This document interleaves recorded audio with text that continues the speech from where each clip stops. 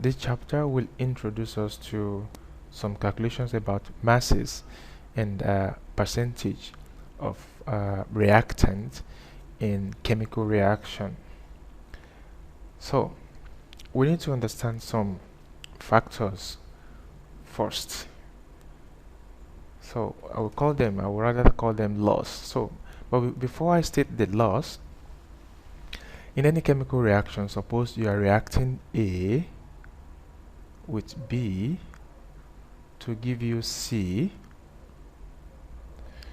If you know the amount of, if you know the actual amount of A and you know the actual amount of B, suppose you have, like, you know that if A will react with B, 2 grams of A will react with 3 grams of B to give like 5 grams of C. So if you know that this is the actual amount of A that will react with actual amount of B, then you can predict other amounts that will react. So if you know, it's just like a ratio actually. 2 grams of A will react with 3 grams of B, so it means you can say if 10 grams of A is available, it means it will react with what? It will react with 15 grams of B, and at the end of the day we are going to have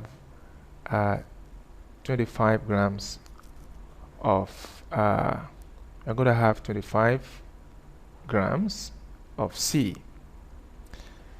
So in fact we can go further, we can say, because we've known this as the actual amount, 2 grams react with 3 grams, that's constant, then we can also say if we have 40 grams of B available, so how much of let me say 30 grams to make our life easy actually. If you have like 30 grams of B, 30 grams, of course we can know how much of this we're going to get. So this one will be 20 grams. So you can say we are building every other thing on this actual amount. 2 grams will react with 3 grams. So if you know this, then we can know that if you have 10 grams of A, it will react with 15 grams of B, just a multiple. It's like I multiply this one by 5. So what happened to this will happen to this. I multiply this one by 5 as well to get 2 times 5, 10, 3 times 5, 15. Here again I multiply this one by 2, or I say I multiply this one by 10. It's like 10 times 2 to give us 20 grams.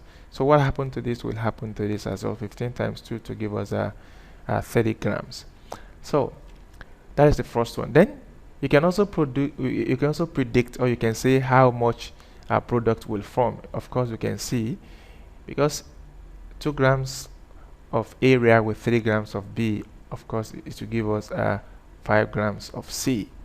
And as well in this side, 30 grams of A react with 30 grams of B, it will give us 50 grams of C.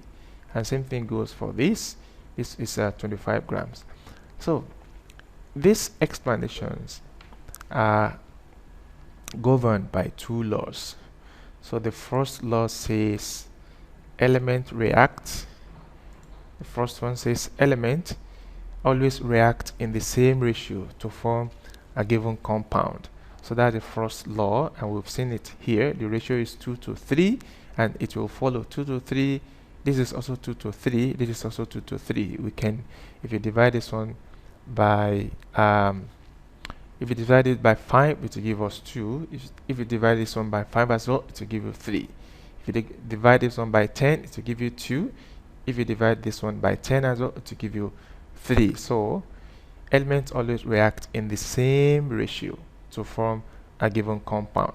So that is the first law that governs chemical reaction. The second law says, it says that the total mass does not change during a chemical reaction. So that is the mass before the reaction the total mass before the reaction, or the total mass of the reactant, will always equal to the total mass of the product. So I said total mass of reactant will equal to total mass of products.